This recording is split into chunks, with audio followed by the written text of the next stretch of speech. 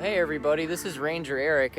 I'm having a slightly interesting encounter here that I was definitely not expecting. This is a pine warbler, and he was actually just sitting in the middle of the road. I think he could potentially be injured in some way. But yeah, this is a really cool species of bird that we actually get year-round in the park, and they make up one of many different warbler species. Warblers, typically speaking, they're going to be a very small bird, about this size. They're all usually around this size, and they never sit still. So if you're a birder and you're really interested in finding them, they're usually a really big pain to get your binoculars on. But they're very beautiful birds typically, and this doesn't just go for the pine warbler. This is one of the reasons they're one of my favorite groups of birds, is just because a lot of the times they're characterized by these really beautiful yellow colors, but there are some that are bright orange, blue even. They have colors that you would normally associate with more tropical species, and they actually will migrate into tropical areas like Central and South America. Amazing little bird. I just thought it would be cool to show you guys this, because this is not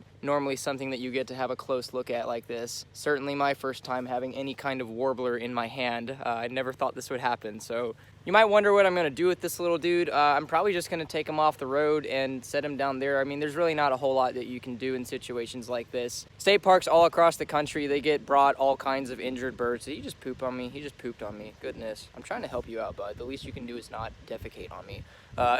But fun fact, bird poop is actually called splay. I'm sure you'll definitely use that in the next conversation you have with somebody. But typically speaking, state parks don't really have the resources to rehabilitate birds. In most cases, I would recommend not bringing a bird that you find that you think is injured to state parks, and instead try to take it to like a vet or some kind of rehabilitator if you know one in the area. So, but isn't that just adorable?